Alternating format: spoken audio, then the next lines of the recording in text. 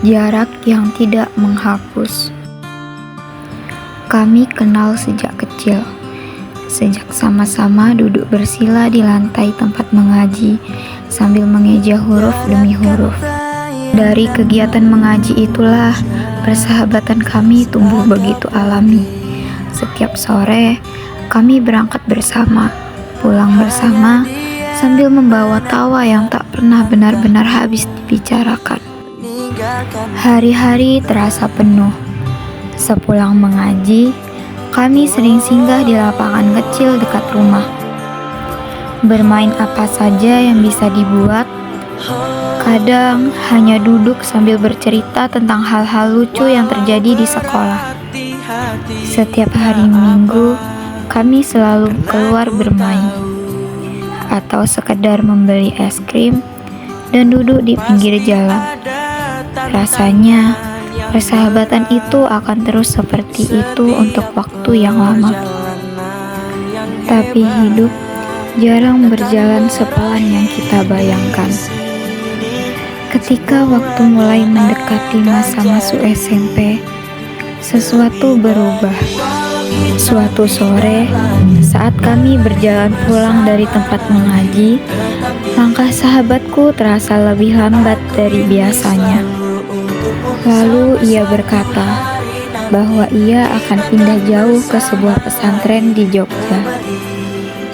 Sementara aku akan tetap tinggal dan sekolah di Batam. Kata-kata itu terasa menekan di dada.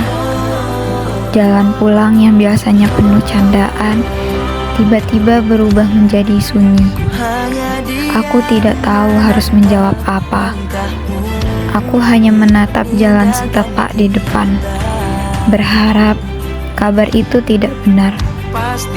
Tapi dari nada suaranya, aku tahu itu keputusan yang tidak bisa dibatalkan.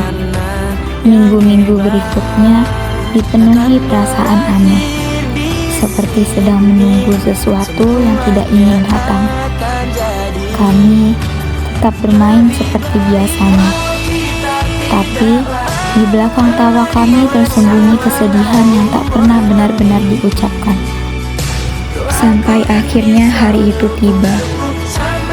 Pagi yang cerah, tapi terasa berat. Kami duduk di depan rumahku, diam cukup lama.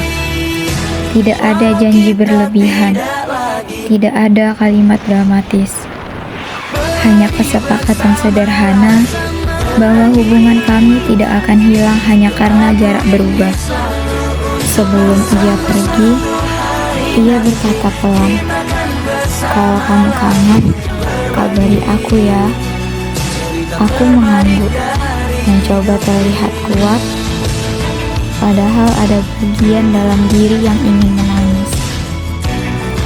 Hari-hari setelahnya terasa berbeda. Tidak ada lagi teman yang berjalan bareng ke tempat mengaji. Tidak ada lagi suara tawa saat minggu pagi datang. Meski begitu, kabar tetap datang. Kadang hanya pesan singkat tentang kehidupan barunya, tentang pelajaran yang sulit, tentang temannya di sana. Aku pun membalas dengan cerita sekolahku, tugas-tugas yang menumpuk, atau sekedar kejadian lucu di rumah. Waktu berjalan cepat, meski rindu sering datang diam-diam.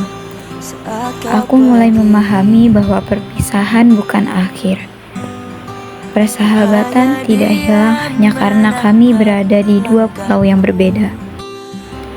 Dan pada suatu liburan panjang, kabar datang bahwa ia akan pulang sebentar ke Batam.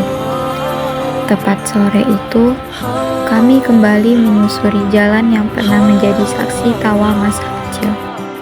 Tidak ada rasa canggung, tidak ada jarak. Hanya dua sahabat yang bertemu lagi setelah lama berpisah, dengan cerita baru yang lebih banyak dari sebelumnya. Aku akhirnya mengerti, ada persahabatan yang tidak dipisahkan oleh seberapa jauh kaki pergi. Ada yang tetap tinggal, Meski dunia memaksa kami berjalan di jalan yang berbeda, dan persahabatan kami adalah salah satunya.